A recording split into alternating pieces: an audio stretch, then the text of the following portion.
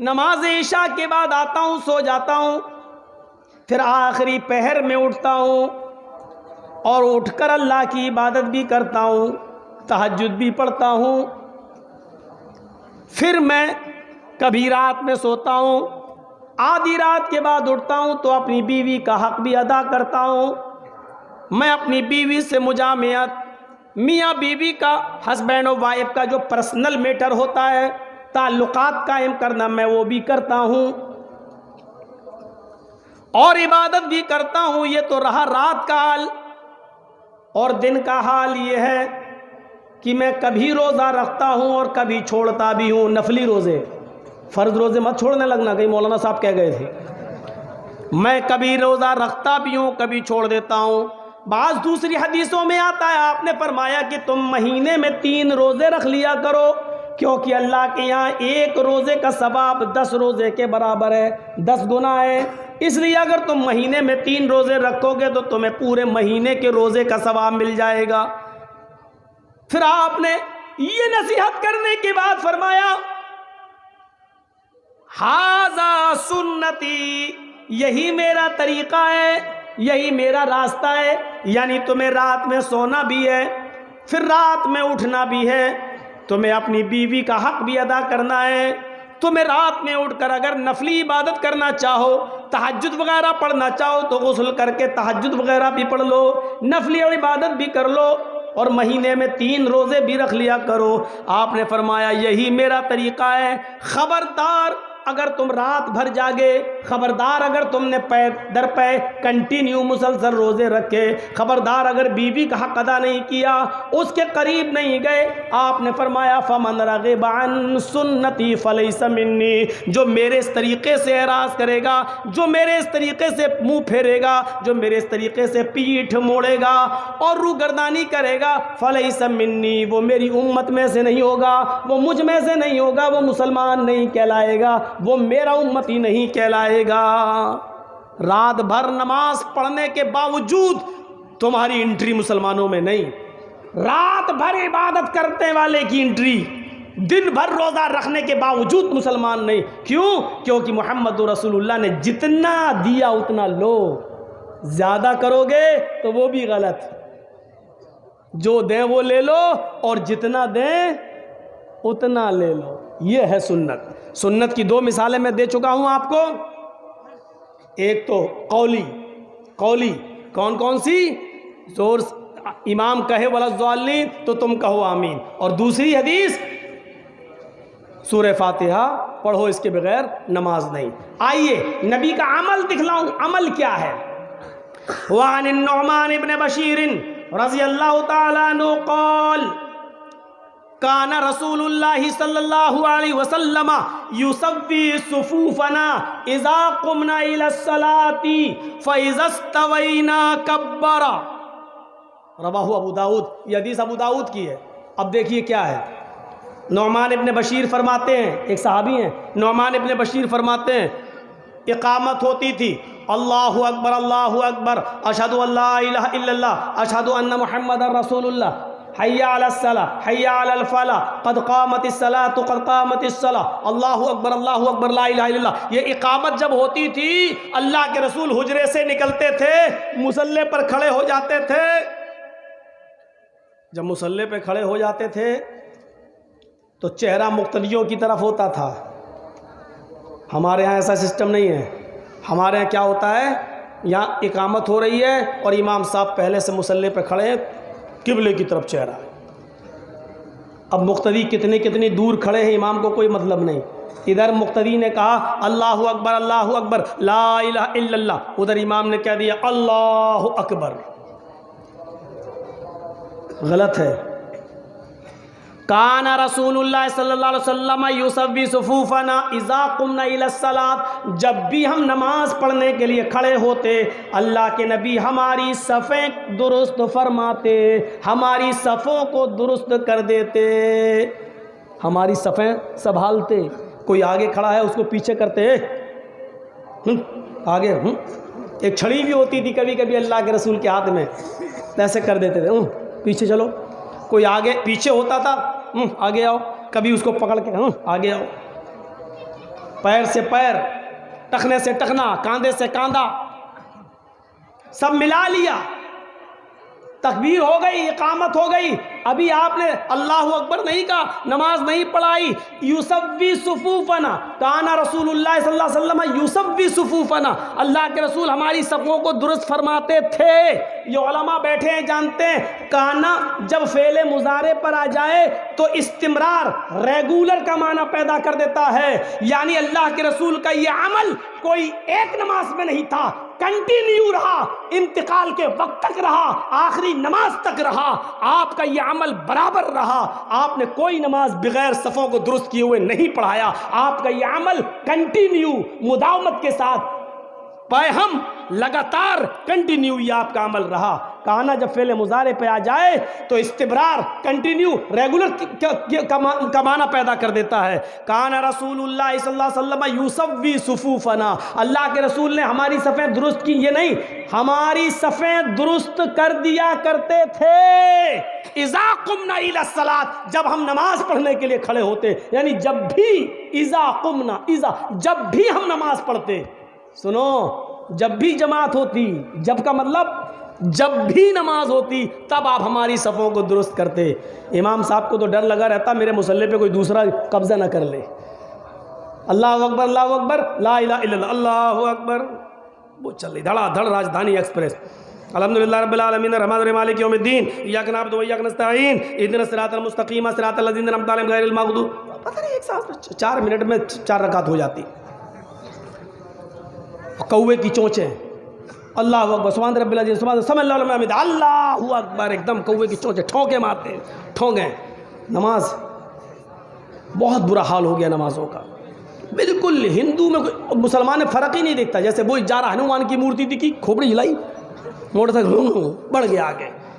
وہ اپنے بھگوان کے لیے موٹر سائیکل سے اترنا بھی گوارا نہیں کر رہا ہے، اور اس کو بھی فکر لگی ہوئی ہے، ارے آئی پی ایل میچ آ رہا، ابھی سٹا لگا ہوا ہے، کون جیتے گا، دھڑا سٹا لگا ہوا ہے، کون جیتے گا، جلدی سے. چلو اسی والی مسجد میں جلدی نماز پڑھ لو، یہ امام صاحب 4 رکعت 4 منٹ میں پڑھا دیتے ہیں. وہ جلدی سے نماز پڑھ لی، سمجھ آ گیا، ہاں ہاں ہاں یہ جیتے گا، یہ جیتے گا. کتنا سٹا ہوا آپ کو معلوم ہے؟ اوف، بنگال کا ریکارڈ نہیں معلوم، مجھے اپنے شہر کا معلوم ہے. مولانا جرجیز کا شہر بھی، شہر تو چھوڑو، میرا محلہ بھی، چوری چھپے سب پکڑے بھی گئے. اور یہ دیکھو رات بھر پکڑے گئے، صبح چھوٹ بھی گئے، کیونکہ مل گیا تو گرو دکھشنا ان کو بھی چھوڑ دیا. یہ حال ہو رہا. تو یہ نبی کا عمل تھا. آج بھی سعودیہ چلے جائیے نماز پڑھنے کے لیے، کبھی آپ خانہ کعبہ میں جائیں گے، دیکھیے جیسے ہی مؤذن اقامت کہے گا، فوراً امام صاحب کیا کہیں گے؟ استو صفوفکم، استو صفوفکم، اپنی صفیں درست کر لو، اپنی صفیں درست کر لو کہیں گے. تو ہر امام کی ذمہ داری ہے جو بھی مسجد میں نماز پڑھائے کہ وہ صفیں درست کرے. دیکھے کبھی کبھی صفوں میں ٹہلے، دیکھے کوئی آگے تو نہیں، کوئی پیچھے تو نہیں، دیکھ لے دونوں طرف برابر برابر لوگ ہیں یا نہیں، دائیں اور بائیں. جب امام نماز پڑھانا شروع کرے اس وقت دونوں طرف برابر برابر لوگ ہونا چاہیے. پھر جو آدمی آئے بعد میں نماز پڑھنے کے لیے اس کو دائیں طرف جانا چاہیے. پھر بعد میں جو لوگ آئیں وہ یہ دیکھیں کہ دائیں طرف زیادہ ہیں یا بائیں طرف، جہاں ان کو کم لوگ نظر آئیں پھر ان کو اس طرف جانا چاہیے، بائیں طرف، یعنی اس کو پورا کرنا چاہیے. بہت سے لوگ کہتے ہیں دائیں طرف ہی زیادہ ثواب ملتا، ہم یہیں جائیں گے، ہم یہیں جائیں گے. جان بوجھ کر، پتہ نہیں کسی نے کہہ دیا کہ دائیں طرف والے پر اللہ کا بہت بڑا، اب وہ دائیں طرف سب لوگ دائیں طرف جائیں گے تو امام تو یہاں پتہ چلا لائن ادھر لگ گئی، ادھر کوئی ہے ہی نہیں، ادھر سب خالی پڑا رہے گا. تو آپ کو ادھر بھی پوری کرنا ہے، برابر برابر ہونا ہے، برابر برابر. اذا قمنا الى الصلاۃ فاذا استوینا، جب ہم بالکل درست ہو جاتے، جب ہماری صفیں بالکل سیدھی ہو جاتی، کبرا، تب اللہ کے نبی فرماتے اللہ اکبر، تب کہتے اللہ اکبر. صفوں کی درستگی نماز کی درستگی ہے، صفوں کی کا مکمل ہونا نماز کا مکمل ہونا ہے. صفوں کے بیچ اگر آپ نے جگہ چھوڑ دی تو شیطان وہاں سے گزرتا ہے. کتنی مرتبہ یہ ساری چیزیں آپ کو بتائی جائیں. چلیے یہ ہو گئی. آؤ عمل ہو گیا. اب ایک ایسی حدیث سنانے جا رہا ہوں, بڑا اچھا لگے گا آپ کو, سنیے گا. بہت سے جھگڑے ختم بھی ہو جائیں گے اس حدیث کے بعد. کبھی کبھی آپ نے دیکھا ہوگا فجر کی نماز پڑھنے جب ہم کسی مسجد میں جاتے ہیں تو جماعت ہو رہی ہوتی ہے, اللہ اکبر, پیچھے کچھ لوگ جلدی سے سوچتے ہیں کہ پہلے 2 سنت پڑھ لو کیونکہ فجر کی نماز کے بعد سنت نہیں ہے. فجر کی نماز کے بعد کوئی نماز ہی نہیں ہے, تو ہم فجر کی نماز ابھی ہماری سنت ہی نہیں پڑھی ہم نے, تو کیا کرتے ہیں, امام تو نماز پڑھا رہا ہے, وہ کھڑے ہو گئے اور 2 رکعت جلدی سے اللہ اکبر جلدی سے سنتیں پڑھ لی, جماعت میں شامل ہو گئے. غلط ہے طریقہ. اب دیکھیے اللہ کے رسول نے حکم نہیں دیا, عمل بھی نہیں ہے, آپ نے ایسا کبھی کیا بھی نہیں, لیکن کسی کو کرتے ہوئے دیکھا تو آپ نے اس کو منع نہیں کیا. دیکھیے وہ حدیث کیا ہے. وعن قیس بن عمرو رضی اللہ تعالی عنہ قال رأى رسول اللہ صلی اللہ علیہ وسلم رجلا بعد صلاة الصبح رکعتین فقال رسول اللہ صلی اللہ علیہ وسلم صلاة الصبح رکعتان فقال الرجل انی لم اکن صلیت الرکعتین اللتین قبلہما فصلیتہما الآن فسکت رسول اللہ صلی اللہ علیہ وسلم. رواہ ابو داؤد. یہ میں نے پوری حدیث آپ کے سامنے پڑھ دی ابو داؤد کی. ایک ایک لفظ کے ترجمے پر غور کرو. اس حدیث کے راوی ہیں قیس بن عمر. کیا فرماتے ہیں, رأى رسول اللہ صلی اللہ علیہ وسلم, میں اللہ کے نبی صلی اللہ علیہ وسلم کے پیچھے نماز پڑھ رہا تھا, فجر کی نماز. میں نے اللہ کے نبی کے پیچھے فجر کی نماز پڑھی. نبی اکرم فجر کی نماز پڑھا رہے تھے, ہم بہت سے صحابہ نبی کے پیچھے نماز پڑھ رہے تھے. رأى رسول اللہ, جب نماز پڑھا دیا آپ نے, سلام پھیر دیا, ایک صحابی آئے ہوں گے, ایک صحابی آئے اور انہوں نے دیکھا جماعت کھڑی ہے. ہوتا ہے بہت سے لوگوں کو پیشاب پائخانے میں دیر ہو جاتی ہے تو وہ مسجد میں کبھی دیر سے پہنچتے. تو ایک صحابی آئے, وہ دیر سے آئے, جب دیر سے آئے تو انہوں نے دیکھا جماعت کھڑی, اللہ کے نبی نماز پڑھا رہے ہیں, تو وہ جماعت میں شریک ہو گئے. جماعت میں شریک, انہوں نے سنت نہیں پڑھی, جماعت میں شریک ہو گئے. جب اللہ کے رسول نے سلام پھیرا نماز پڑھا کر, السلام علیکم ورحمۃ اللہ, السلام علیکم ورحمۃ اللہ, جب آپ سلام پھیر چکے تو سلام پھرنے کے بعد آپ کی عادت ہوتی تھی مقتدیوں کی طرف, نمازیوں کی طرف اپنا چہرہ کرنے کی. آپ نے نمازیوں کی طرف اپنا چہرہ کر لیا. اب کیا دیکھا, نماز تو ہو گئی. جماعت میں سے ایک آدمی, ایک صحابی اٹھے اور الگ جا کر وہ پھر نماز کی نیت باندھ لی, اللہ ہوا, اور انہوں نے 2 رکعت پڑھ لی. اللہ کے رسول دیکھ رہے ہیں میرے پیچھے انہوں نے نماز پڑھی فجر کی, اور فجر کے بعد کوئی نماز نہیں. میں نے کہہ دیا تھا کہ لا صلاۃ بعد الفجر, فجر کے بعد کوئی نماز نہیں. انہوں نے میرے پیچھے تو فجر کی نماز پڑھ لی, جب فجر کے بعد کوئی نماز ہی نہیں تو یہ کون سی نماز پڑھ رہے ہیں, لیکن نماز پڑھتے وقت تک نہیں بولا اللہ کے نبی نے. جب وہ نماز پڑھ چکے تب اللہ کے نبی نے ان کو بلایا, ادھر آؤ میرے پاس. تو وہی حدیث ہے, رأى رسول اللہ صلی اللہ علیہ وسلم رجولا. قیس بن عمر کہتے ہیں کہ اللہ کے رسول صلی اللہ علیہ وسلم نے ایک آدمی کو دیکھا, بعد صلاۃ الصبح رکعتین, صبح کی فجر کی 2 رکعت نماز نبی کے پیچھے پڑھنے کے بعد اس نے 2 رکعت الگ سے نماز پڑھی, بعد میں اس نے 2 رکعتیں ادا کر لیں.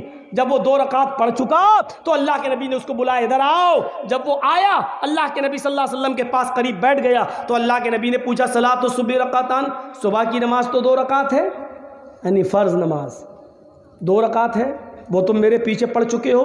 یہ بعد میں تم نے کون سی نماز پڑھی تھی, یہ بعد میں تم نے کیا پڑھا؟ تو جانتے ہو صحابی نے کیا کہا, سنیے. اور اس صحابی کے جواب پر نبی کا عمل کیا تھا, نبی نے کیا کہا, یہ سنیے. جب اللہ کے نبی صلی اللہ علیہ وسلم نے اس صحابی سے پوچھا کہ یہ بعد میں 2 رکعت کون سی تھی, تو انہوں نے کہا, انی لم اکن صلیت الرکعتین اللتین قبلہما. اے اللہ کے رسول, اے اللہ کے نبی، فجر کی نماز سے پہلے جو 2 رکعت سنتیں پڑھی جاتی تھیں، فجر کی نماز سے پہلے جو 2 رکعت سنتیں پڑھی جاتی وہ میں نہیں پڑھ سکا۔ قضاء حاجت وغیرہ میں دیر ہو گئی، وضو بنا کر گھر سے آیا، سوچا کہ 2 رکعت سنتیں پڑھوں گا۔ مسجد میں داخل ہوا تو نماز جماعت کھڑی تھی، میں نے جماعت چھوڑنا ترک نہیں کیا، میں نے جماعت سے الگ ہو کر سنتیں پڑھنا گوارا نہیں کیا، میں جماعت میں شامل ہو گیا۔ تو وہ 2 رکعت جو سنتیں میری چھوٹ گئی، جو پہلے پڑھی جاتی تھی، وہ میں نے نہیں پڑھی۔ فَصَلَّيْتُهُمَا الْآنَ، آپ نے ابھی جو مجھے نماز پڑھتے ہوئے دیکھا، یہ وہی 2 رکعت سنتیں تھی جو پہلے پڑھی جاتی تھی، جو کسی وجہ سے میں نہیں پڑھ سکا، وہ میں نے اب پڑھی۔ کوئی نئی نماز نہیں ہے نا؟ نہیں، سنتیں تھیں، اچھا وہ نہیں پڑھ پائے تھے۔ ہاں، فَسَكَتَ رسول اللہ، آپ خاموش ہو گئے، ٹھیک ہے کوئی بات نہیں۔ آپ نے کبھی فجر سے کے بعد سنت نہیں پڑھی، آپ نے کبھی ایسا کیا بھی نہیں، آپ نے ایسا کرنے کا حکم بھی نہیں دیا، لیکن اس صحابی نے ایسا کیا اور آپ نے اس کو ایسا کرتے ہوئے دیکھا، اس کے جواب پر آپ خاموش ہو گئے۔ فسکت رسول اللہ، اللہ کے رسول خاموش ہو گئے۔ یہ اس بات کی دلیل ہے کہ اگر فجر کی جماعت ہو رہی ہے تو کوئی پیچھے اگر سنتیں پڑھتا ہے تو وہ ایک لغو اور ایک بیکار کام کر رہا ہے، اس کو جماعت میں شامل ہونا چاہیے، اس کو جماعت میں شرکت کرنی چاہیے، اور نماز ہو جانے کے بعد 2 رکعت نماز سنت وہ بعد میں بھی پڑھ سکتا ہے۔ عادت نہیں بنانا چاہیے، کبھی کبھی اگر مسجد میں سنتیں نہیں پڑھ سکا، جماعت ہو رہی ہے تو جماعت میں شامل ہو جائے، اور سنتیں چھوٹ گئی وہ بعد میں پڑھے۔ اللہ کے رسول بار بار پوچھ رہے ہیں یہ کون سی نماز؟ اس سے یہ بھی پتہ چلتا ہے کہ اللہ کے رسول کو علم غیب نہیں تھا۔ اگر علم غیب ہوتا تو آپ کو معلوم ہو جاتا یہ تو نماز پڑھ رہا ہے، سنتیں چھوٹ گئی، لیکن آپ کو معلوم ہی نہیں تھا۔ آپ نے اس کو بولا ذرا کون سی نماز تھی یہ؟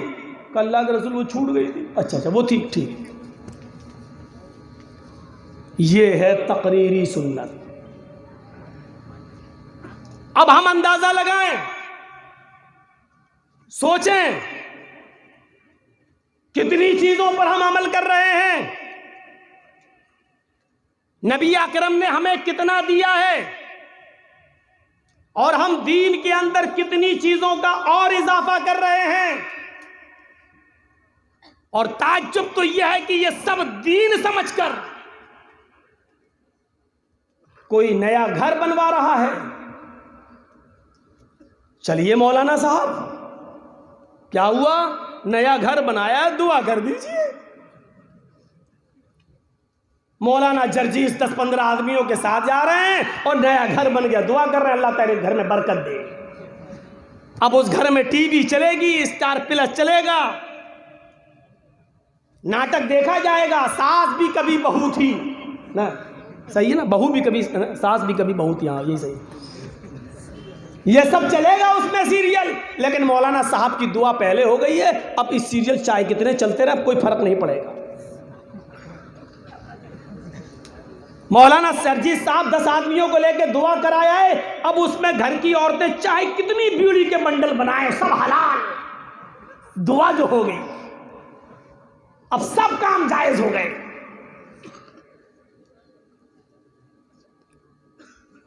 پوری زندگی اٹھا لو نبی اکرم صلی اللہ علیہ وسلم کی، کچھ صحابہ کے ساتھ آپ بھی کبھی گئے ہو کہیں، کسی نے کہا ہو اللہ کے رسول میرا گھر بن گیا ہو، چلیے دعا کر دیجیے، اور آپ نے کیا؟ یہاں تو نئی دکان بنتی ہے تو وہ کرائے کے ٹٹوؤں کو بلایا جاتا ہے۔ کرائے کے ٹٹو جانتے ہو؟ بھاڑے کے، ایک پارا سب کو پکڑا دیا۔ کچھ لوگوں کو تو میں نے ایسے دیکھا ہے، ایسے، اب آپ یہ مت کہنا مولانا آپ نے کیسے دیکھا، آپ بھی گئے تھے کیا؟ آپ لوگ بہت عقل مند ہیں، بہت عقل مند ہیں، میں نے دیکھا، اس کا مطلب یہ نہیں کہ میں نے پڑھا، دیکھ رہا ہم دھیرے دھیرے پڑھ پا رہے، کوئی آگے وہ 3-4 پنے الٹ دیے، قرآن خوانی ہو رہی ہے، اب آپ کہو گے مولانا صاحب قرآن ہی تو پڑھا جا رہا ہے، اس میں برائی کیا ہے؟ پھر وہی بات، پھر آپ وہی کہہ رہے ہیں کہ اس میں برائی کیا ہے۔ میں نہیں کہہ رہا ہوں کہ کوئی برائی ہے، لیکن میں یہ کہہ رہا ہوں کیا یہ عمل جناب محمد رسول اللہ اور آپ کے صحابہ سے ثابت ہے؟ بس یہ برائی ہے۔ جس کام کو آپ دین سمجھ کر، اچھا سمجھ کر کر رہے ہیں، کیا اس کو نبی اکرم صلی اللہ علیہ وسلم نے اپنی مہر لگا کر پاس کیا ہے؟ کیا یہ کہا ہے کہ یہ کام جائز ہے؟ کیا ایسا کیا ہے؟ آپ نے کبھی کر کے دکھایا ہے؟ نہیں۔ ہر عمل پر مہر نبی کی ہونی چاہیے۔ صحابہ کرام کا عمل جانتے ہو کیا تھا؟ آپ تعجب کریں گے۔ اللہ کے نبی صلی اللہ علیہ وسلم نماز پڑھا رہے ہیں، ابو داؤد حدیث، اللہ کے نبی صلی اللہ علیہ وسلم نماز پڑھا رہے ہیں، آپ کے صحابہ آپ کے پیچھے کھڑے ہو کر نماز پڑھ رہے ہیں، اور سنو اللہ کے نبی بھی جوتے پہنے ہوئے ہیں، آپ کے پیارے صحابہ بھی جوتے پہنے ہوئے ہیں۔ ہاں، یہ نماز جوتے پہن کر ہو رہی ہے، جوتے پہن کر نماز پڑھنے میں کوئی برائی نہیں ہے، بشرط یہ کہ پاک زمین ہونی چاہیے اور جوتے بھی آپ کے پاک ہونا چاہیے۔ اس زمانے میں کنکریلی زمین ہوا کرتی تھی، آج کل کی طرح مسجدوں میں جو فرش بچھے ہیں اس طرح کی کہ فرش نہیں بچھا کرتے تھے۔ سورج کی گرمی اس کنکریلی زمین پر آگ کے شعلے اگلتی تھی، اگر وہاں جوتے پہن کر نماز نہ پڑھی جائے تو زمین پر پڑے ہوئے وہ پتھریلے کنکر پیروں میں پھلک پیدا کر دے، اس لیے جوتے پہن کر نماز پڑھی جاتی تھی۔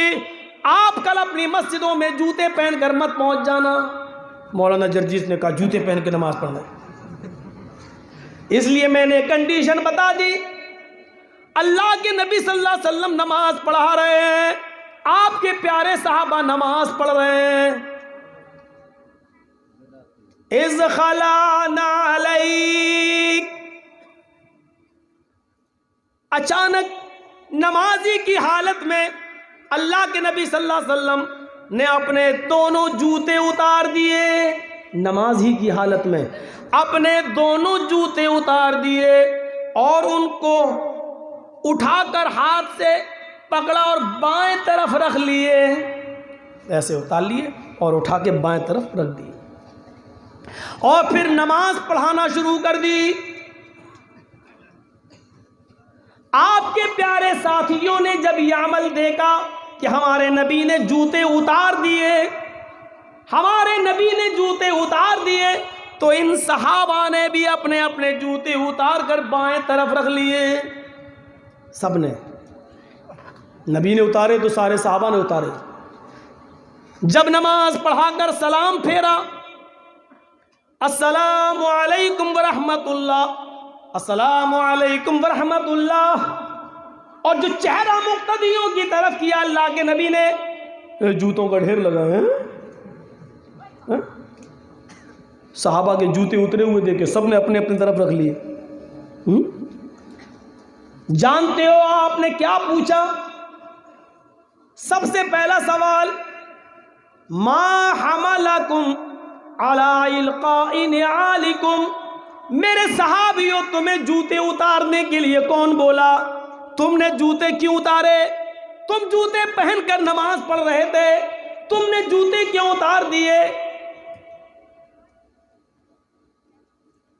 کس چیز نے تمہیں ابھارا جوتے اتارنے پر؟ تو صحابہ کا جواب جانتے ہو کیا تھا؟ ہمارا جواب وہ نہیں ہے، صحابہ کا جواب کیا تھا؟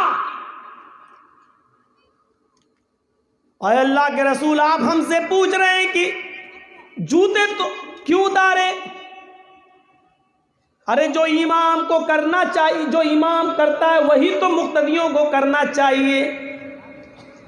رائناک القیتنا علیک، اے اللہ کے نبی ہماری آنکھوں نے دیکھا کہ آپ نے اتار دیے، فَأَلْقَيْنَا تو ہم نے بھی اتار دیے، اس سے زیادہ ہمیں کچھ نہیں معلوم۔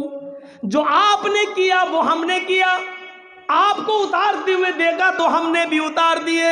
یہ صحابہ تھے، میرے نبی نے جو کیا وہ ہم کریں گے۔ جوتے پہن کر نماز پڑھی تو ہم بھی پڑھیں گے، نماز کی حالت میں جوتے اتار دیے تو ہم بھی اتاریں گے۔ وہ یہ نہیں پوچھتے تھے آپ نے ایسا کیوں کیا، جو میرے نبی نے کیا وہ ہم نے۔ افسوس ہے آج کے انسان کو اور آج کے مسلمانوں کو اور نارائن پور والوں، آج کے ہم جیسے اہل حدیث نام نہاد اہل حدیثوں کو تو یہ چاہیے کہ کوئی بھی کام دیکھو، چاہے وہ قبرستان میں ہاتھ اٹھا کر دعا مانگنے کا معاملہ ہو، چاہے آپ کی مسجد میں جمعے کے دن ڈبل اذان 2 اذانیں دینے کا معاملہ ہو، چاہے وہ عقیقے کے وقت ایک بڑے جانور کی قربانی کر کے ایک ہی گائے میں 7 حصوں کا معاملہ ہو، چاہے جو بھی معاملہ ہو، آپ کو تو اپنے امام کا کرتا پکڑ کے پوچھنا چاہیے اس کی دلیل کیا ہے۔ ہمیں دلیل دو تو جناب محمد رسول اللہ سے دو، ہمیں اس بات کا ثبوت دو تو محمد رسول اللہ سے دو۔ آپ جمعے کے دن ڈبل اذان دے رہے ہیں، اس کا ثبوت ہمیں جناب محمد رسول اللہ سے دو۔ یہاں عقیقے میں ایک ہی گائے میں 7 حصے جو کیے جا رہے ہیں، ہمیں اس کا ثبوت جناب محمد رسول اللہ سے دو۔ کیا عقیقے میں گائے کی قربانی یا بڑے جانور کی قربانی میں گائے کا بچے کا عقیقہ ہوگا یا نہیں، بڑے جانور کی قربانی لگے گی یا نہیں، ہمیں اس کی دلیل قرآن و حدیث سے دو۔ قبرستان میں ہاتھ اٹھا کر دعا مانگتے ہو، ہمیں اس کی دلیل قرآن و حدیث سے دو۔ جمعے کی نماز کے بعد امام ہاتھ اٹھا کر دعا کرے اور سارے مقتدی دعا میں آمین آمین کہے، ہمیں اس کی دلیل نبی اکرم کی حدیث سے دو، اللہ کے رسول کے قول و فعل سے دو۔ چاہیے تو یہ تھا، لیکن افسوس یہ ہے کہ آپ نے مولویوں ہی کو نشانہ بنا دیا، آپ نے ان کو ہی کہنا شروع کر دیا ایسا کرتے ہو غلط کرتے ہو، آپ کو رہنا ہے تو دعا مانگنا پڑے گی، گھر میں جانا پڑے گا، کوئی مر جائے تو اس کے گھر میں بھی جا کر دعا کرانا پڑے گی۔ آپ نے اپنے آپ کو اہل حدیث کہنے کے باوجود بھی شریعت پر بلڈوزر چلایا ہے، شریعت پر آپ نے چھری چلائی ہے۔ امام کائنات جناب محمد رسول اللہ کے سنت اور آپ کے طریقے کو آپ نے مجروح کیا ہے، آپ نے محمد رسول اللہ کا دل توڑا ہے، آپ نے بغیر دلیل عمل کرنا شروع کر دیا ہے۔ آپ کو سوچنا چاہیے کہ ہم جو کام کر رہے ہیں وہ صحیح ہے کہ نہیں ہے، اس کی دلیل کیا ہے۔ قرآن و حدیث سے ہمیں دلیل لینا چاہیے تھا اور مانگنا چاہیے، لیکن افسوس یہ کہ آپ الٹے ہمارے اوپر بگڑتے ہیں۔ صحابہ کا سیدھا جواب کیا تھا، ہم نے آپ کو جوتے اتارتے ہوئے دیکھا تو ہم نے بھی اتار دیے۔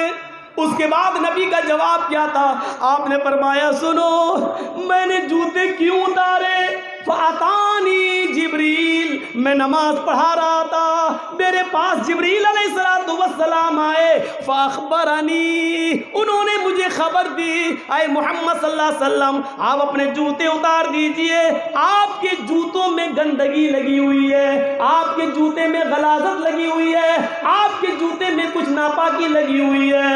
اے میرے ساتھیوں، محمد رسول اللہ عالم الغیب نہیں ہے، مجھے میرے پیروں کے جوتے میں لگی ہوئی گندگی کا بھی علم نہیں ہے، یہ مجھے جبریل نے نماز کی حالت میں بتایا، اس لیے میں نے نمازی کی حالت میں میں نے جوتے اتار دیے۔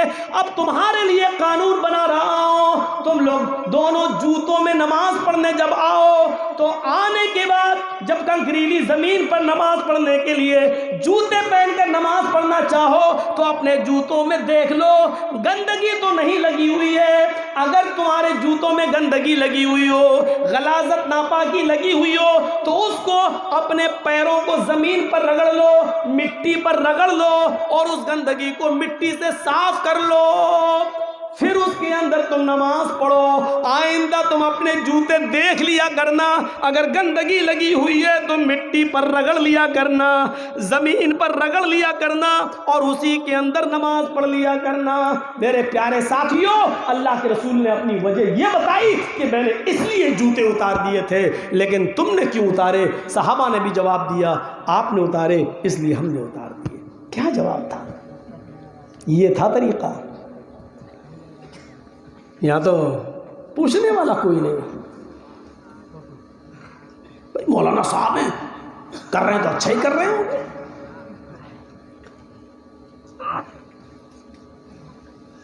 جانتے ہو؟ آئیے ایک اور حدیث دیکھیے, اس کو کہتے ہیں سنت. عن نافع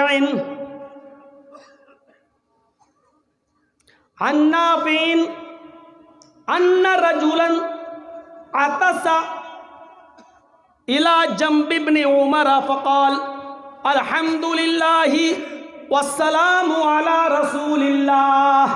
حضرت نافع کہتے ہیں, سنیے حدیث, اس کو کہتے ہیں سنت. حضرت نافع کہتے ہیں کہ ایک شخص حضرت عبداللہ ابن عمر کے بغل میں بیٹھا ہوا تھا, بازو میں سائیڈ میں بیٹھا ہوا تھا, اور اس کو چھینک آ گئی, چھینک ایسے کر کے. آج کل کسی کو آ جائے تو بھگا دے گا, کرونا کے لچھن پائے جا رہے. حضرت عبداللہ ابن عمر کے بغل میں بیٹھا ہوا تھا اور اس آدمی کو چھینک آ گئی. ان رجلا عطس الی جنب ابن عمر, عبداللہ ابن عمر کے بغل میں بیٹھا اور اس کو چھینک آ گئی. چھینک جیسی چھینکا تو چھینکنے کے بعد اس نے کیا کہا, الحمدللہ والسلام علی رسول اللہ. دیکھیے جملہ کتنا اچھا ہے. دیکھا جائے تو اس میں کیا برائی ہے؟ اگر دیکھا جائے تو اس میں کوئی برائی نہیں ہے, لیکن کیا کہا, الحمدللہ والسلام علی رسول اللہ. تمام تعریفیں اللہ کے لیے ہیں, والسلام علی رسول اللہ, اور صلاۃ و سلام ہو, درود ہو, سلام ہو اللہ کے رسول پر. والسلام علی رسول اللہ, اور سلام ہو رسول اللہ پر. اتنا سنا حضرت عبداللہ ابن عمر نے کہ اس نے چھینکنے کے بعد کیا کہا, الحمدللہ والسلام علی رسول اللہ. تو حضرت عبداللہ ابن عمر نے کیا کہا, انا اقول الحمدللہ والسلام علی رسول اللہ. میں بھی چاہتا ہوں کہ یہی بولوں, میں بھی چاہتا ہوں کہ جب مجھے چھینک آئے تو میں بھی یہی کہوں, کیا, الحمدللہ والسلام علی رسول اللہ. میں بھی چاہتا ہوں, میرا دل بھی چاہتا ہے کہ اتنے پاکیزہ, اتنے پیارے جملے میں اپنی زبان سے ادا کروں. لیسا ہاکذا علمنا رسول اللہ صلی اللہ علیہ وسلم, لیکن مجھے اللہ کے رسول نے ایسا نہیں سکھایا. اے ہائے, قربان جاؤ یہ تھے صحابہ, قربان جاؤ یہ تھے صحابہ. کیا کہتے ہیں, لیسا ہاکذا, لیکن ایسا نہیں سکھایا. علمنا رسول اللہ, اللہ کے رسول نے ہمیں ایسا بولنا نہیں سکھایا. علمنا رسول اللہ صلی اللہ علیہ وسلم الحمدللہ علی کل حال. ہمیں تو اللہ کے رسول نے یہ بتایا کہ جب تمہیں چھینک آئے تو یہ پڑھا کرو, الحمدللہ علی کل حال, ہر حال میں تمام تعریفیں اللہ کے لیے ہیں. والسلام علی رسول اللہ نہیں سکھلایا, اس لیے ہم یہ جملے نہیں کہنا چاہیے, ہمیں وہی پڑھنا چاہیے جو ہمیں جناب محمد رسول اللہ صلی اللہ علیہ وسلم نے سکھائے ہیں. دعا ہی تو تھی اور نبی پر درود شریف ہی تو تھا. آج کل ہمارے بھائی بڑا مچل کے جلسوں میں کتنی بار کہتے ہیں مچل کے پڑھو, اللہم صلی علی سیدنا و حبیبنا و شفیع. ارے زور سے پڑھو, اللہم صلی علی سیدنا و حبیبنا. پتہ نہیں یہ لائے کہاں سے سیدنا و حبیبنا, کہیں کی اینٹ کہیں کا روڑا ہے, بتی نے لا کے کھمبا جوڑا, پوری حدیثیں پڑھ جاؤ, کہیں ملتا ہی نہیں یہ والا درود بیچارے. اور جو درود اللہ کے نبی نے سکھلایا, دیکھو اس سے کتنی نفرت ہے. اللہ کے نبی نے ہمیں بس یہ درود سکھلایا, اللہم صلی علی محمد وعلی آل محمد کما صلیت علی ابراہیم وعلی آل ابراہیم انک حمید مجید, اللہم بارک علی محمد وعلی آل محمد کما بارکت علی ابراہیم وعلی آل ابراہیم انک حمید مجید. یہ درود سکھلایا اللہ کے نبی نے ہمیں, لیکن آج نبی کے سکھلائے ہوئے درود سے اتنی نفرت کہ ان کا کوئی جلسہ بھی ہو تو اس میں یہ درود بھی پڑھنا گوارا نہیں. کیا پڑھیں گے, اللہم صلی علی سیدنا و حبیبنا و شفیعنا مرتضینا, پتہ نہیں کیا کیا پڑھتے ہیں وہ, اور بنا چڑھا کر وہ لا کر. وہی میں نے کہا نا, ابھی اذان کے بعد کی دعا کیا پڑھتے ہیں وہ, کبھی آپ نے دیکھا ہوگا اذان کے ہو جائے گی تو اذان کے بعد کی دعا صرف اتنی ہے, اللہم رب هذه الدعوة التامة والصلاة القائمة آت محمدا الوسیلة والفضیلة وابعثه مقاما محمودا الذی وعدتہ. بس اذان کی بات کی دعا اتنی ہے, لیکن کبھی اپنے بھائیوں سے پوچھنا، اپنے پڑوسیوں سے پوچھنا کہ اذان کے بعد کی دعا کیا ہے، تو جانتے ہو کیا کہیں گے؟ اللہم رب ھذہ الدعوۃ التامہ والصلاۃ القائمہ آت محمدا الوسیلہ والفضیلہ والدرجۃ الرفیعہ۔ یہ والدرجۃ الرفیعہ صحیح حدیث سے ثابت نہیں ہے، وہ کیا کہیں گے؟ والدرجۃ الرفیعہ آت محمدا الوسیلہ والفضیلہ والدرجۃ الرفیعہ وابعثہ مقاما محمودا الذی وعدتہ وارزقنا شفاعتہ یوم القیامہ انک لا تخلف المیعاد۔ یہ جملے بھی پڑھیں گے، انک لا تخلف المیعاد۔ اب بتائیے حضرت عبداللہ ابن عمر نے کیا کہا؟ میرا بھی دل چاہتا ہے کہ میں یہ پڑھوں الحمدللہ والسلام علی رسول اللہ لیس ھکذا علمنا رسول اللہ، لیکن میں اس لیے نہیں پڑھ رہا ہوں کیونکہ مجھے اللہ کے رسول نے ایسا نہیں سکھلایا۔ علمنا رسول اللہ صلی اللہ علیہ وسلم الحمدللہ علی کل حال، اللہ کے رسول نے تو ہمیں اتنا سکھلایا کہ میں یہ کہوں کہ الحمدللہ علی کل حال۔ ارے بس یہ دعا بتلائی ہے چھینکنے کے بعد کی دعا میں۔ تو یہ والدرجۃ الرفیعہ یہ سب کہاں سے لائے ہو؟ حدیث سے ثابت نہیں ہے، یہ سب موضوع اور من گھڑت۔ تو یہ ہے۔ اور سنت سمجھنا چاہتے ہو؟ آؤ ایک اور حدیث سناؤ تمہیں۔ اللہ کے رسول خطبہ دے رہے ہیں، سنیں، اللہ کے نبی خطبہ دے رہے ہیں، منبر پر کھڑے ہیں، خطبہ چالو، اور اتنے میں حضرت عبداللہ ابن مسعود رضی اللہ تعالیٰ عنہ مسجد میں نماز پڑھنے کے لیے آ رہے ہیں۔ دیکھ رہے خطبہ چالو ہو گیا، جیسی داخل ہوئے مسجد کے اندر، ان کا ایک پیر مسجد کے اندر ہے اور ایک پیر مسجد کے باہر ہے، ابھی پوری طریقے سے داخل نہیں ہوئے، ایسے جا رہے تھے، ایسے پیر ایک اندر اور ایک باہر۔ مسجد میں ایک صحابی خطبے کے دوران کھڑے ہو گئے، اٹھ گئے، ان کو کوئی ضرورت پیش آئی ہوگی تو وہ کھڑے ہو گئے۔ اللہ کے رسول نے اس صحابی کو کھڑے ہوتے دیکھا، ان کو اٹھتے ہوئے دیکھا، تو آپ نے ایسے دیکھے کہا اجلس مکانک، کہا ان سے جو کھڑے ہو رہے تھے مسجد میں دوران خطبہ، جو سن رہے تھے پہلے سے، آپ نے ان سے کہا کھڑے ہو رہے تھے وہ، اجلس مکانک، اپنی جگہ پر بیٹھ جاؤ، اپنی جگہ پر بیٹھ جاؤ، لیکن نام نہیں لیا تھا آپ نے صرف یہ کہا اپنی جگہ پر بیٹھ جاؤ۔ یہ مسجد میں گھس رہے تھے عبداللہ ابن مسعود، ان کا ایک پیر مسجد کے اندر تھا، ایک پیر باہر تھا، انہوں نے سنا اللہ کے نبی نے کہا اپنی جگہ پر بیٹھ جاؤ، ایسے بیٹھ گئے، ایسے ایک پیر اندر ایک پیر ایسے بیٹھ گئے۔ کیا اسٹائل رہی ہوگی، ہم تو بیٹھ ہی نہیں پائیں گے، آپ لوگ کر کے دیکھیے ذرا، ایسے بیٹھ گئے۔ اللہ کے رسول کے چہرے پہ ہنسی آ گئی، مسکراہٹ آ گئی۔ آپ نے کہا تعال یا عبداللہ، آئے عبداللہ تم ادھر آؤ۔ ارے تم کیوں بیٹھ گئے؟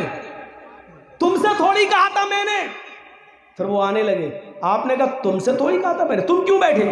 تو انہوں نے جواب دیا اللہ کے رسول میں کیا جانوں آپ نے کس سے کہا، آپ نے کسی کا نام تھوڑی لیا تھا، آپ نے صرف یہ کہا بیٹھ جا، میرے کانوں نے سنا نبی کا حکم ہے بیٹھ جا، میں اسی جگہ پر بیٹھ گیا، یہ سوچ کر نبی کا حکم نہیں مانوں گا تو جہنمی ہو جاؤں گا، نبی کا حکم نہیں مانوں گا تو نافرمانی کہلائی جائے گی، میں اس لیے بیٹھ گیا۔ یہ فرما برداری تھی، یہ اطاعت تھی، یہ جذبہ تھا۔ کہاں گیا وہ جذبہ؟ کہاں گئی وہ اطاعت؟ کہاں گئی وہ فرما برداری؟ کہاں گیا وہ جذبہ؟ بتائیے، مسجد کے اندر داخل ہو رہے ہو، ایک پیر اندر ہو، سوچئے تو صحیح اسٹائل کیا رہی ہوگی، ایک پیر باہر ہو ایک پیر اندر ہو، اور اللہ کے رسول نے دوسرے صحابی سے کہا بیٹھ جاؤ، اور انہوں نے سنا تو بیٹھ گئے، کیا حالت رہی ہوگی؟ وہ بھی بڑھاپے میں۔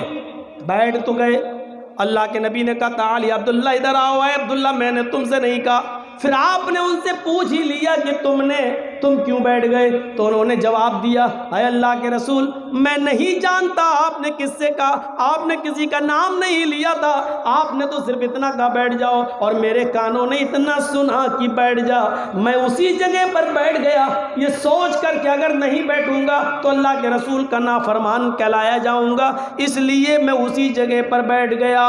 میرے مسلمان بھائیوں، نارائن پور کے لوگوں اور ادھر ادھر سے آنے والوں، کلیا چک، معظم پور، شری رام پور، لکھی پور اور اطراف و اکناف سے آنے والوں، میری تقریر کو آج غور سے سن لو۔ یہ میڈیا اور چینلوں کے ذریعے تو پوری دنیا میں پہنچی جائے گی، لیکن آپ عام کرو، سنت کے مقام کو سمجھنے کی کوشش کرو۔ اللہ کے رسول کا یہ مقام تھا کہ جو جہاں سن لیا اسی جگہ پر وہ بیٹھ جایا کرتا تھا، وہ بیٹھ جایا کرتا تھا۔ ذرا سنن دارمی کے ان لفظوں پر غور کرو۔ عبداللہ ابن مسعود یہی راوی ہے، فرماتے ہیں کہ ایک بار میں مسجد کے اندر داخل ہوا، میں نے چند لوگوں کو دیکھا، وہ حلقہ بنائے ہیں، 10 آدمی ادھر، 5 آدمی ادھر، 20 آدمی ادھر، 8 آدمی ادھر، اور سب نے اپنی انگلیوں پر یا کنکریوں پر، کچھ کنکریاں انہوں نے لے رکھی تھی، پتھر کی گٹیاں، کنکریاں، یہ ہوتی نہیں کنکری، آپ کے یہاں جو بھی بولتے ہو، جیسے کنکری ماری جاتی ہے وہ شیطان کو چھوٹے چنے کے دانے کے برابر، تو وہ کنکریاں انہوں نے لی تھی، ان کے پاس رکھی ہوئی تھی کنکریاں۔ تسبیح پڑھنے والوں، مالائیں گھمانے والوں، حاجی صاحب آئے کہاں سے حج کر کے، کیا لائے؟ تسبیح لائے۔ کتنا بڑا نیک کام کیا حاجی، کیا لایا؟ تسبیح لایا، اور کتنی اچھے طریقے سے بانٹ رہا، لو دوسروں کو لو۔ یہ تسبیح کے بارے میں یہ بانٹ رہے ہو نا، کم سے کم سوچ لیا ہے آپ نے عبداللہ ابن مسعود نے کیا کہا تھا ان کے بارے میں، ان کے بارے میں؟ سنندار بھی اٹھاؤ کنکریاں، اور 10 آدمی ادھر، 5 آدمی ادھر، لوگ پڑھ رہے 100 مرتبہ سبحان اللہ، 100 مرتبہ الحمدللہ، 100 مرتبہ اللہ اکبر۔ ان کنکریوں پر یہی وظیفے پڑھے جا رہے ہیں۔ ہاں آج بھی ہمارے معاشرے میں ہم نے دیکھا ہے، جب NRC اور CAA کا مدعا اٹھا تھا، میں نے دیکھا ہے بہت بڑے بڑے شہروں میں، میں نے دیکھا ہے کہ مسجدوں میں باقاعدہ وظیفے ہوئے۔ اللہ اس دیش کے پردھان منتری کی عقل گھما دے پھرا دے، امت شاہ کی کھوپڑی کو گھما دے پھرا دے، تو وظیفے ہوئے اور لوگوں نے 1.25 لاکھ مرتبہ وظیفے پڑھے، تسبیح پر لا الہ الا اللہ کا ورد، اور سبحان، اور اس کا یہ حسبنا اللہ و نعم الوکیل کا ورد 1.25 لاکھ مرتبہ، 1.25 لاکھ مرتبہ پڑھا گیا ہے۔ یہ طریقے آپ اپنائیں گے جو شریعت سے ثابت نہ ہو، وہ طریقے اپنائے گئے۔ عبداللہ ابن مسعود فرماتے ہیں کہ میں نے دیکھا کچھ لوگ حلقوں میں بیٹھے ہوئے ہیں اور کنکریوں پر پڑھ رہے ہیں، کوئی 100 مرتبہ سبحان اللہ، 100 مرتبہ الحمدللہ، 100 مرتبہ اللہ اکبر ان کنکریوں پہ پڑھ رہا ہے۔ تو عبداللہ ابن مسعود نے ان کو بد دعا دی، اللہ تمہیں ہلاک کر دے۔ ایک صحابی کی بد دعا، ان کنکریوں پر پڑھنے والے صحابیوں کو کیا کہہ رہے ہیں؟ عبداللہ ابن مسعود فرمانے تمہاری ماں تمہیں کھو دے، تمہاری ماں تمہیں گم پائے، تمہاری ماں تمہیں مرا ہوا پائے، یعنی تم مر جاؤ، تم ہلاک ہو جاؤ، تم برباد ہو جاؤ۔ ان صحابیوں نے پوچھا، اے عبداللہ ابن مسعود آپ کو کیا ہو گیا ہے؟ آپ ہمیں مسجد میں آنے کے بعد بد دعا دے رہے ہو، ہم تو اچھا کام کر رہے ہیں۔ عبداللہ ابن مسعود کہتے ہیں یہ اچھا کام ہے۔ ان لوگوں نے کہا ہاں، ان کنکریوں پر ہم 100 مرتبہ سبحان اللہ، 100 مرتبہ الحمدللہ، 100 مرتبہ اللہ اکبر پڑھ کر اللہ کی تسبیح ذکر و اذکار کر رہے ہیں۔ تب عبداللہ ابن مسعود نے کہا ہے میں تمہیں بد دعا نہ دوں تو کیا دوں؟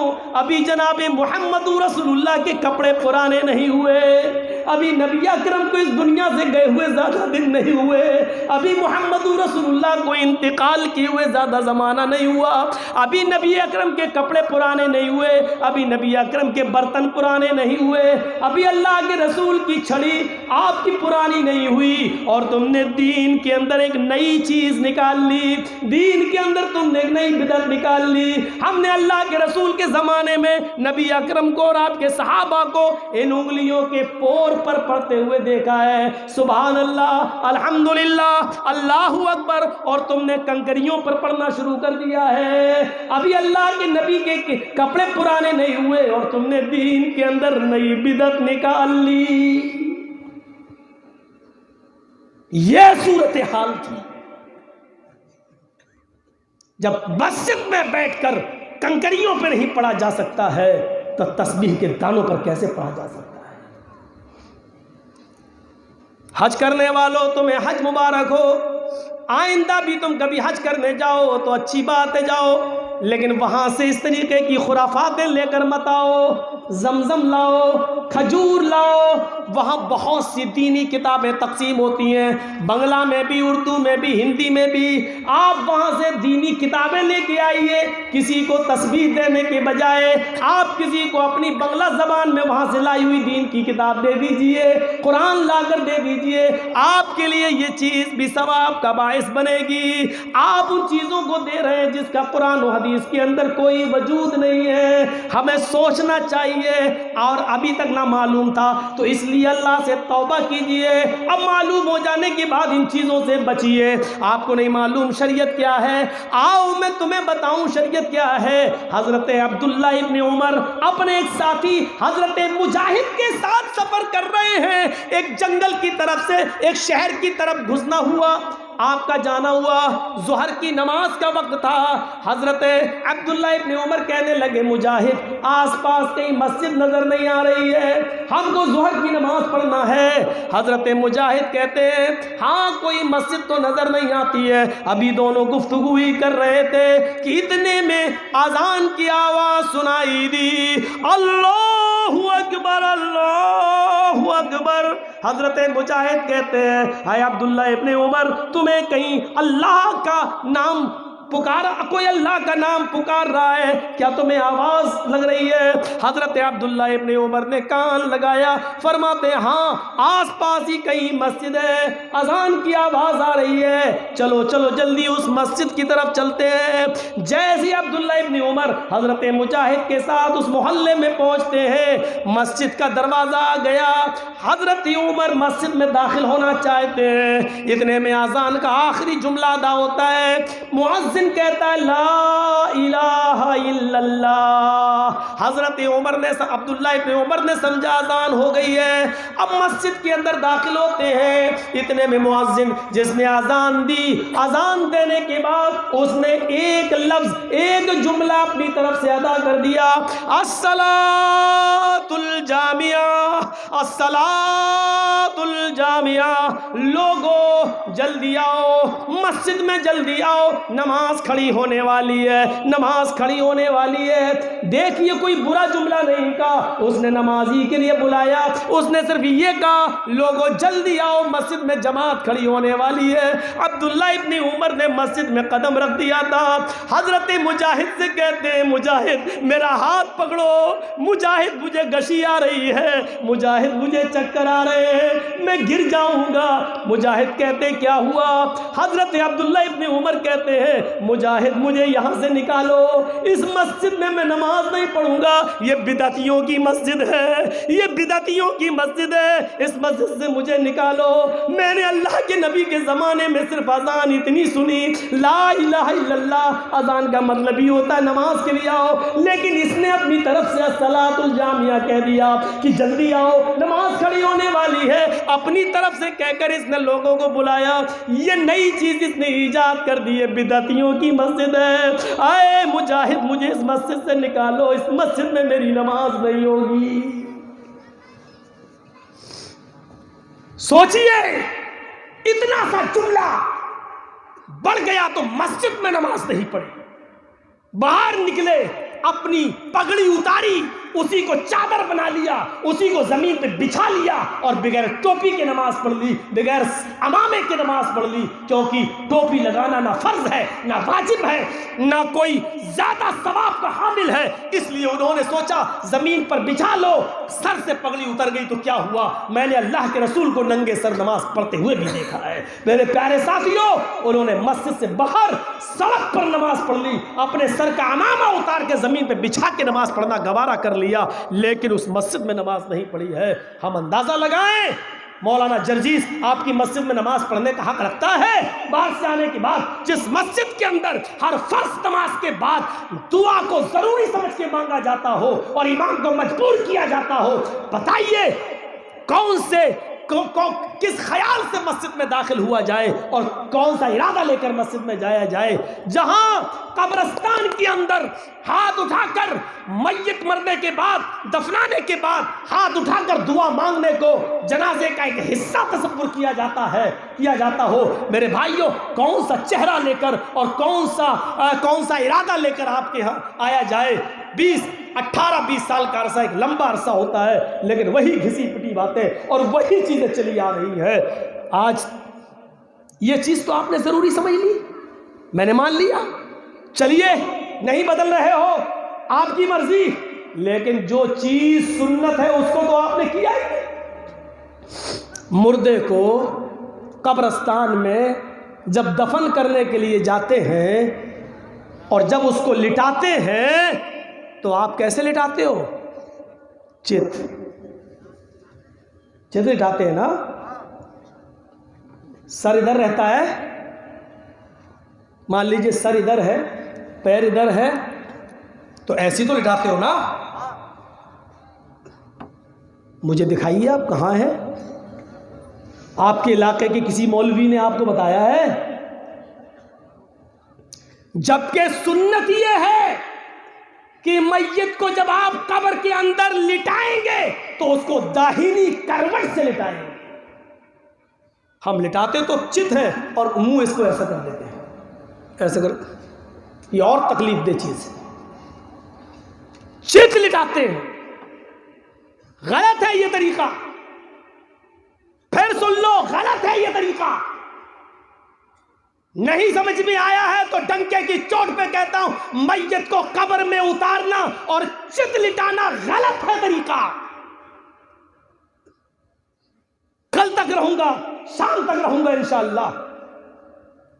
کسی کو اس کی دلیل ملے تو ہمیں بھی دکھا دینا.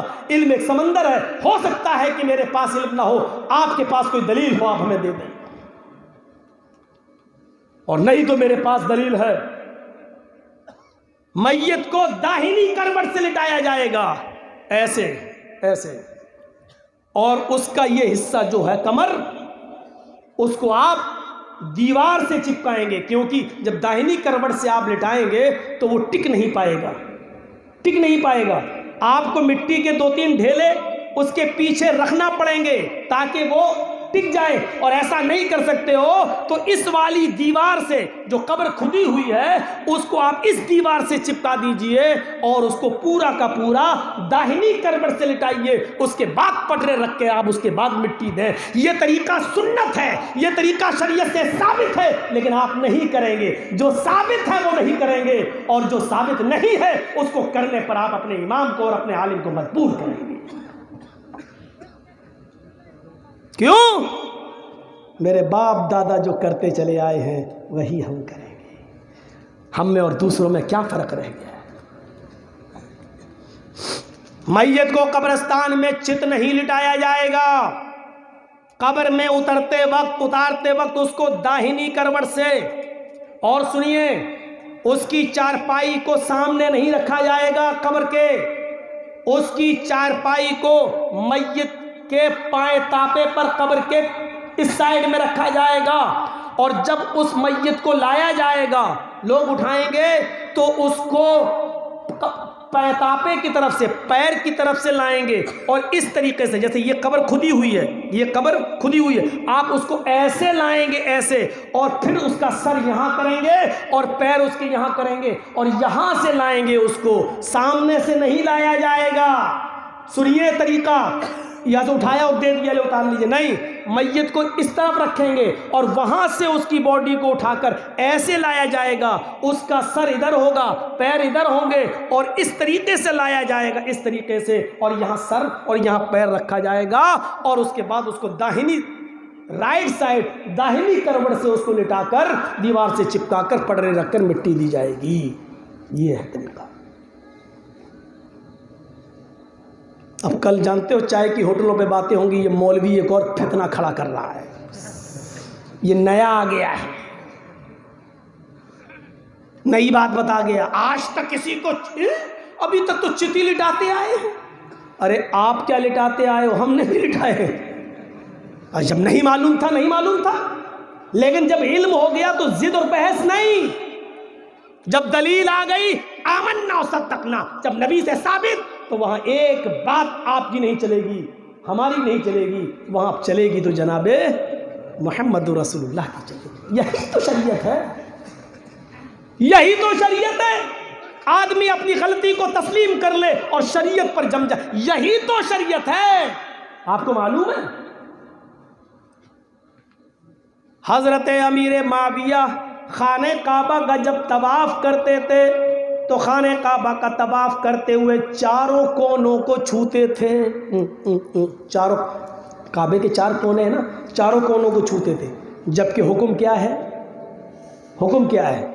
آپ پہلا چکر جو لگائیں گے وہ حجر اسود جہاں ہے وہاں سے آپ شروع کریں گے، اس کونے سے، اور وہاں سے چکر لگاتے ہوئے آپ آئیں گے رکن یمانی کو چھوئیں گے۔ آپ یہ ایسے اگر چھو سکتے ہیں آرام سے تو چھو لیجئے، اس کو آپ چھوئیں گے، اور رکن یمانی اس کے بعد جو کونا آئے گا وہ حجر اسود کا ہوگا۔ یہاں سے یہاں تک آپ یہ دعا پڑھیں گے، ربنا آتنا فی الدنیا حسنۃ وفی الآخرۃ حسنۃ وقنا عذاب النار۔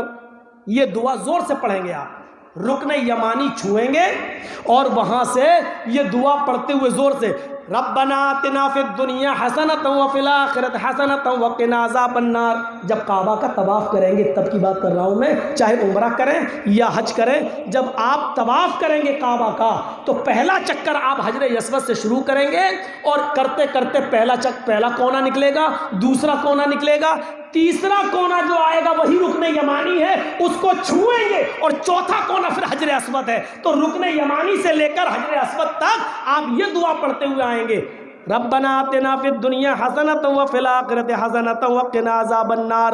اب حجر اسود پر آنے کے بعد اگر آسانی سے بوسہ لے سکتے ہو تو لے لیجئے، اور آسانی سے بوسہ نہیں لے سکتے ہو تو اپنا دائنا ہاتھ اٹھا لیجئے اور یہ کہیے اللہ اکبر، یہ کہہ کر آپ آگے بڑھ جائیے اور چکر لگائیے۔ خام خواہ ہلاکت میں اپنے آپ کو مت ڈالیے، زبردستی کسی کو دھکا دے کر چومنے کی کوشش مت کیجئے خانے حجر اسود کو، کیونکہ وہاں کچھ حبشی لوگ بھی طواف کرتے ہیں نا، بڑے موٹے تازے ہوتے ہیں۔ ہم نے تھوڑی بہت کوشش کی تو ایک دھکے میں گرے تھے ہم ادھر، بڑے لمبے چوڑے ہوتے ہیں۔ اب ان کو تھوڑی معلوم ہے یہ مولانا جرجیس ہے کون ہے، وہاں تو سب ایک ہی ڈریس میں ہے، ایک ہی لباس میں ہے۔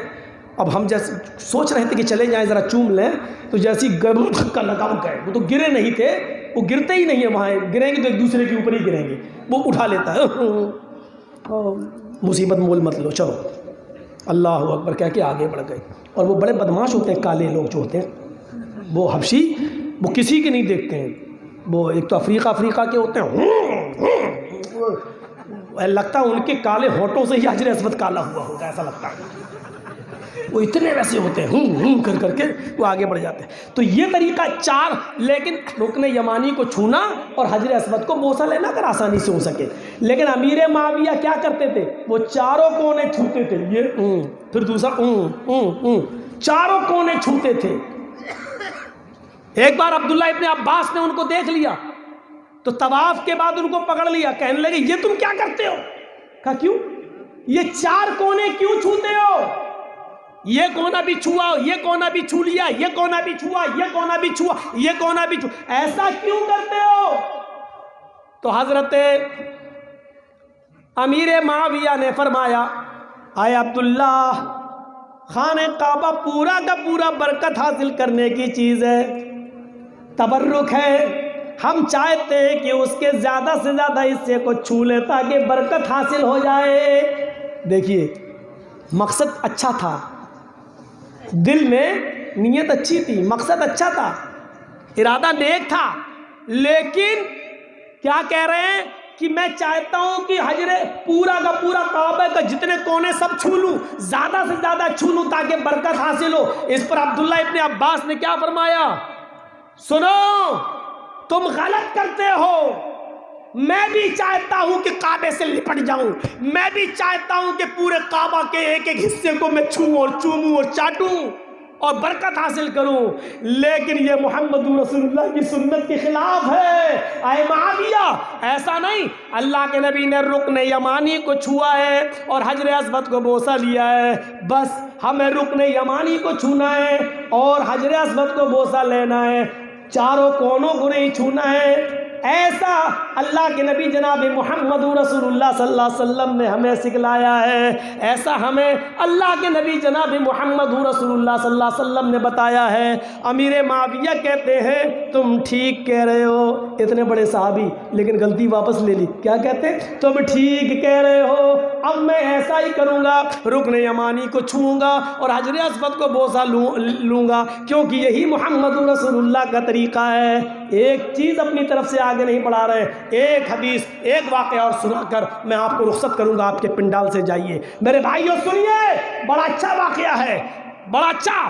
عبداللہ ابن مسعود نے ایک مرتبہ اس آدمی کو ڈانٹا، فجر کی نماز کے بعد 2 رکعت سنت پڑھنے کے بعد، فجر میں 2 رکعت سنت ہے، 2 فرض ہیں، 2 سنت 2 فرض۔ تو عبداللہ ابن مسعود نے ایک آدمی کو ڈانٹا، کیوں ڈانٹا؟ کہ وہ 2 رکعت سنت پڑھنے کے بعد ابھی دیکھا نماز میں ٹائم ہے، فرض نماز میں دیر ہے، ابھی بعد میں جماعت کھڑی ہوگی، تو 2 رکعت سنت پڑھنے کے بعد وہ اور 2 رکعت پڑھنے لگا، اللہ اکبر، اور لمبی نماز پڑھنے لگا۔ جب لمبی نماز پڑھ کے ختم کیا تو عبداللہ ابن مسعود نے ڈانٹا، دیکھیے 2 رکعت سنت پڑھ چکے تھے، اب 2 فرض پڑھنا ہے، تو فرض تو پڑھنے رہے، وہ تو جماعت کے ساتھ پڑھو گے، 2 سنت پڑھنے کے بعد 2 رکعت اور پڑھنے کے لیے کھڑے ہو گئے، یہ سوچ کر ابھی ٹائم تو ہے اور پڑھ لو۔ لیکن عبداللہ ابن مسعود نے جب ڈانٹا تو انہوں نے کہا مجھے کیوں ڈانٹ رہے ہو؟ کہا تمہیں گناہ پڑے گا۔ تو اس آدمی نے کہا آئے عبداللہ، نماز پڑھنے پر اللہ مجھے گناہ دے گا؟